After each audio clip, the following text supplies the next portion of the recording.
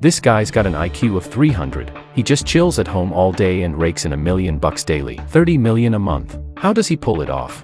He's figured out that every bank account has these random tiny charges. Like a penny here, 2 pennies there. Most folks don't even notice. The bank calls it a service fee. So, he comes up with a scheme. Hack into 5 million bank accounts and snatch a penny from each. That's a cool $95,000. The guy's name is Iman. He works as a bank teller. One day, an old lady comes in with a bunch of coins to deposit. She's clearly a penny pincher, and flips out when she checks her passbook. Why is my money always short? Today it's missing a penny, tomorrow it's 2 pennies, and sometimes even 4 pennies.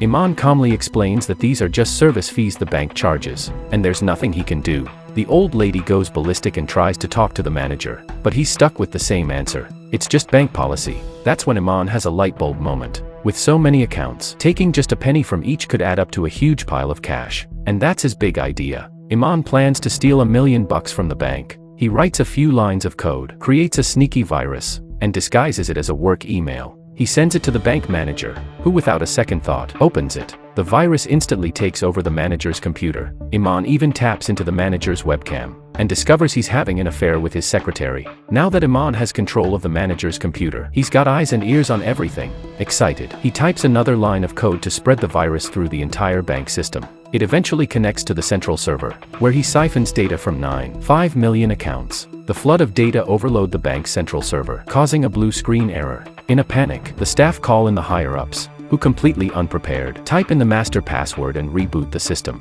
Just like that, Iman gets the password, hacks into the internal system, and instantly grabs detailed info on all 5 million accounts. Iman suddenly becomes a millionaire in just 1 second. He sets up an automated withdrawal program to take a penny from each account every day, labeling it as a bank fee. With an IQ of 300, Iman knows that if he tries to collect the money directly, he'll get caught. So, he finds an old dormant account that hasn't been used in 15 years, and transfers all the funds there. Everything goes off with a hitch, and Iman is over the moon. At 30 years old, he's never seen so much money, and he's making it just by lying in bed, pure sleep income. But then, there's a frantic knocking at the door. 2 loan sharks burst in. It turns out Iman's father failed in his business, and ended up in a mountain of debt. To cover his losses, he borrowed from high-interest lenders. When he couldn't pay it back, he had a heart attack, making the already struggling family even worse trouble. Now, Iman has to hustle hard to cover his father's medical bills, and pay off the loan sharks. Despite being a computer whiz,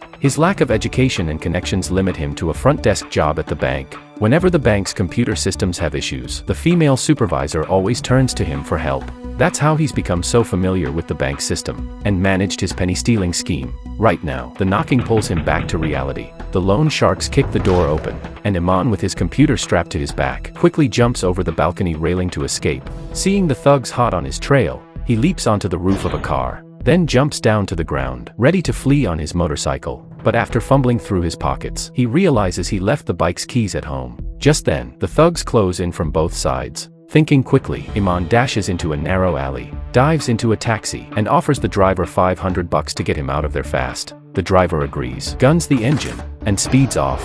The loan sharks are not giving up, grab a motorcycle and start chasing after him. The driver shifts into high gear and goes full-on Fast Furious, tearing down the road. Iman knows that if he doesn't settle the debt quickly, the thugs might chase him to the ends of the earth. He has to get to the bank urgently, but withdrawing such a large sum of money through a transfer would be tracked, and ATMs have too many limits. His only option is to go to the bank counter, but with so much money, the process will be bogged down by paperwork. So, Iman decides to forge the identity of a corporate executive, to use the expedited service and cut through the red tape. He pulls out his computer and gets to work. Iman's being chased down, and with the thugs closing in, the driver seizes the moment to shake him down for more cash. If Iman wants to keep the driver in Fast Furious mode, he's got to cough up another $500. Iman feels like he's being robbed, but he has no choice and hands over the extra money. The driver hits the gas and keeps speeding. Meanwhile, Iman forges a high-level executive identity, emails the bank, and calls ahead to let them know he's coming to withdraw money immediately. But as the thugs start shooting nearby, the bank employee on the phone begins to question Iman's credentials. Thinking quickly, Iman spins a story about firecrackers going off on the road.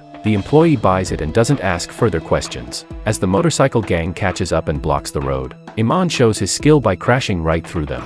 He speeds straight to the bank, jumps out of the car, and strides calmly to the counter, ready to withdraw his cash. The bank employee asks for ID, and Iman smoothly presents his fake executive credentials. After a quick check, the employee confirms everything is in order, and hands over the cash. Just then, Iman withdraws $10 million from the bank using his fake credentials. Just as he's about to leave, the bank employee suddenly asks if he wants to count the money. Iman quickly forces a smile and says there's no need. Banks never deceive their clients. Outside, the two thugs are still arguing. Iman quickly grabs the money, pays off all his father's high-interest loans, and even gives the thugs a little extra tip. The rest of the money goes towards his father's medical bills. With everything sorted out, Iman vows never to steal again. After all, it's illegal. But then, disaster strikes. The next day, the bank manager dies unexpectedly at a construction site. To investigate the murder, the bank's security officers come to check the manager's computer. Iman panics. The manager's computer still has his virus on it. If it's discovered, his theft will be exposed.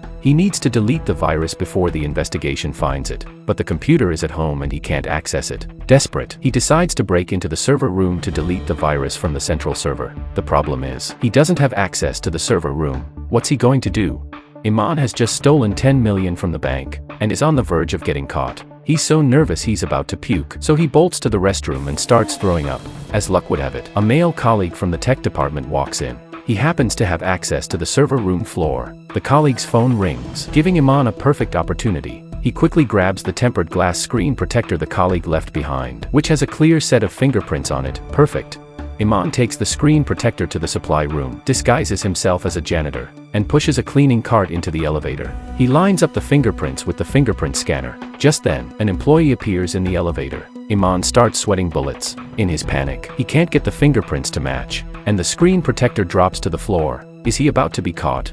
He carefully picks up the screen protector, brushes off the dust, and finally gets the fingerprints aligned. The scanner lights up, and the elevator doors close smoothly. He rushes to the server room floor, and uses the screen protector to gain access to the office. To get into the server room, Iman needs executive credentials. To avoid detection, he hacks into the system, deletes that day's surveillance footage and upgrades the security system. The screens go black, buying him an extra 15 minutes. With an IQ of 300, Iman is stealing money from the bank. He randomly selects an executive's identity from the computer, prints out the credentials, and uses it to unlock the server room door. Once inside, he finds the central server and starts deleting the virus program. Meanwhile, the unlucky executive is with the security officer. The officer gets a notification that the executive has entered the server room, and immediately realizes someone might be using the executive's credentials. He rushes to the server room. Iman is furiously working to delete the virus, and he's almost done, 97% complete. But the security officer arrives, gun drawn, and starts searching the room. He suddenly spins around and finds no one there. Iman finishes the deletion task. The security officer doesn't find anything amiss, is left puzzled and rushes out. Iman quickly uses his access card and the screen protector to make his way downstairs, but he runs into another security guard. As Iman tries to make a hasty exit, the guard stops him. Iman's heart races, thinking he's been caught. To his surprise, the guard hands him back the screen protector that fell during the collision. Iman quickly thanks him and makes a speedy exit. He successfully escapes, changes back into his work clothes, and returns to the front desk. The security officer comes down to the first floor, but doesn't notice anything suspicious about Iman. Iman steals just a penny at a time, but overnight he becomes a multi-millionaire. One night, Iman visits his father in the hospital. His father has regained consciousness, but needs $500,000 for medical bills to stay alive. Iman is frustrated and regrets not stealing a bit more. If he had taken an extra 2 or 5 cents from each account, he'd have more than enough by now. What to do? He decides to check his savings at an ATM, only to find a balance of $6,500, barely enough to cover living expenses, let alone the medical bills. Suddenly, he notices the bank's name on the ATM, and a brilliant idea strikes him. Iman decides to use the same method to hack other banks. Back home, he develops more advanced code, and sends out emails with Trojan viruses to bank managers. Within a day, major banks start falling victim. Iman steals a penny from each account and quickly amasses 80 million. Now, whenever he needs money, he just opens the program. With his father recovering and discharged, Iman splurges on a flashy red sports car, and starts living the high life. This film is called 1 Cent Thief. It's a thrilling watch, so check out the original film. Don't forget to like and subscribe. See you next time. Bye.